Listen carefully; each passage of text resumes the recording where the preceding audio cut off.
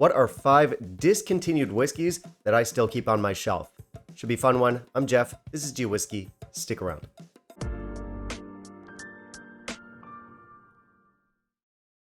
All right, so like a lot of you watching, when I come across a whiskey that I really like, I'll often buy a backup of that bottle, especially if it's something that's either been discontinued or it's going to be discontinued.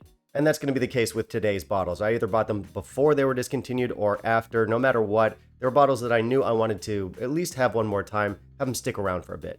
Now, I'll be honest, there's a lot more than 5, but most of them are closed bottles and they're buried deep underground, locked away in a vault that no one will ever find. So for today, we're just going to be focusing on the bottles that I currently have open. And for this list, we are only going to be including core range releases. So there's no limited editions, there's no one-offs, and there's no annual releases that are batches. So just things that were once part of the standard core range. Now, some of these whiskeys have been discontinued for a while. Some are a little bit more recent, but if you can still find these in your market and it's not like, pumped up secondary market prices, as long as it's reasonable, I do recommend all of these whiskeys. These are bottles that I kept around for good reason. This list is going to be from least favorite to favorite, but again, I like all of them, so everything here is recommended. As usual, guys, I do have a mystery pour in my glass. Make sure you stick around to the end of the video. I'll share with you what that is. Your hint for today is that this is a big brand, core range, 10-year-old whiskey that is extremely popular, extremely well known, and as of last year, I think, extremely discontinued. So good luck guessing, and that is our intro covered. Let's not waste any more time. Let's jump into this list. In the meantime, if you'll kindly leave a like down below, that'd be greatly appreciated. All right, at the back, we have a beautiful whiskey. This one is BenRi 12 Cherrywood. Now, I actually prefer this to both the modern versions of BenRi 12. There's 2 different kinds. There's a peated and unpeated. This is better than both. It's very different. And sadly, it got discontinued back in 2020. Now, I don't hate the modern 12s, but I don't think they're outstanding. And I just think this is a more interesting whiskey. It's much deeper and richer. We have a heavier, spicier sherry. Like the new versions, this one is also craft. I don't know if the new ones are colored or chill filtered. I'm not sure. This one isn't though. Anyway, I just always enjoyed this one. It was a nice, available, affordable, casual sherried whiskey. It's not without character. There's some wonderful fruitiness, a little bit of spiciness in there. BenRi, not my favorite brand, but once in a while they do put out something pretty solid. Unfortunately, this one has been gone for some time, about 5 years, so I don't know how easy it's going to be for a lot of you out there to find it, but if you do stumble across it and the price is right, as I said, nice stuff. BenRi 12 Cherrywood. Next up, we've got a bottle that I've talked about a few times on the channel. Fantastic stuff, or at least it was when it was still around. I've got Kingsbarns Dream to Dram. This is a beautiful whiskey. Actually, this bottle is not open yet, but I will be opening it this weekend.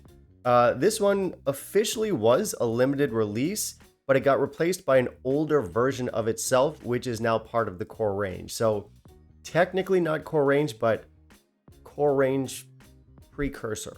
And this is one of those weird scenarios in whiskey where I actually prefer the younger version because the newer version called the Ducat is literally just meant to be this, but older.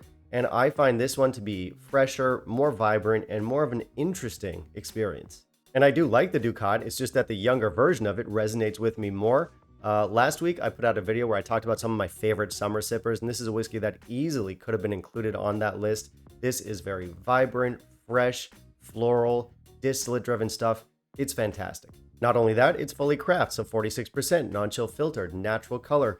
This is everything I love about a young, distillate-forward whiskey. It's an absolute charmer. Kingsbarns Dream to Dram.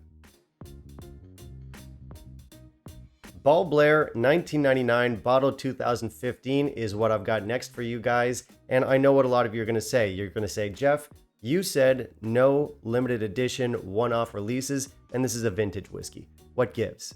Well, first off, I can do whatever the hell I want on my channel because it is my channel, and no matter what, you're just going to have to sit there and deal with it. And secondly, you're wrong because this actually was part of the core range because up until a few years ago, everything in Blair's core range was vintage releases. It was only a few years ago that they switched over to standard age statements. Before that, everything they put out, they'd give you the distillation year, they'd give you the bottling year, and they might have a few different releases from a certain vintage, and those would be different. And while I do miss the old Blair, I do understand why they changed because I would imagine that most consumers out there want some consistency and they want to know that, okay, I bought this a couple years back and I particularly liked it. I want to know that I can buy it again. That's tough to do when everything you put out is vintages. I understand that, but I don't know. I missed the adventure of it because yes, they were inconsistent whiskeys, but some of them were bangers. This one is a banger. As I said earlier, this one is distilled in 1999, bottled 2015, so 15 to 16-year-old whiskey here. 46% non-chill filtered, natural color. It's a sherried whiskey, but it's not too sherried. We get some distillate behind it. Great balance of flavor. Yeah, as long as they're not too expensive, I do recommend trying a lot of the older vintage Ball Blairs. Some were fantastic. This one is.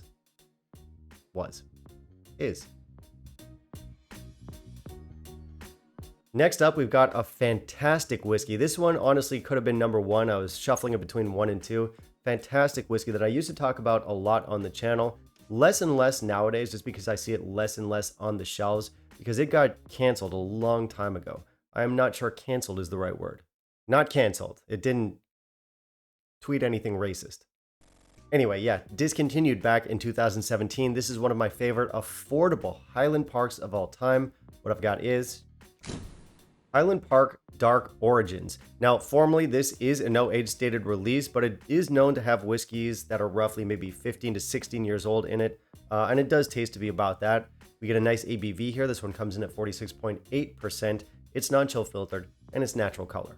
This gives us a very lush and deep sherry. It is a classic Highland Park, but it's not quite as anemic as a lot of their other releases, which do come off a little bit too light for me, especially the ones at like 40, 43%. The higher ABV does elevate this one, and the cask play is fantastic. There's a lot going on. There's good complexity, great balance. And again, if you want a sherry forward Highland Park, this is a great option. Between this one and my first choice, it's almost impossible to choose. I love them that much. But yeah, if you can find it, good luck with that. Hopefully it's not too expensive. Absolutely worth a pickup. Highland Park Dark Origins.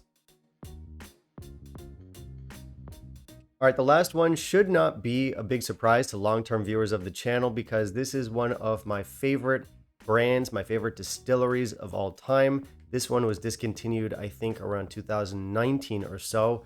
What I've got is Longorn 16, or I should say the second Longorn 16. In the 2010s, we actually had 2 different versions up until 2017-ish. We had the green one, which was a fantastic one as well. Really good whiskey. If you can find that one, do it.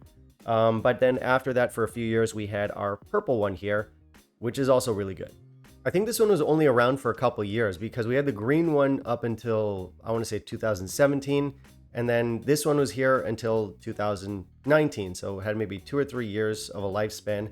And then it got replaced by the Secret Speyside collection, which has now been replaced again. Longorn can't seem to find its footing in terms of core range. Regardless, this one, fantastic. This gives us a nice 48% ABV. I don't know if it's colored or chill filtered. It might be, but also I don't really care because the whiskey tastes that good.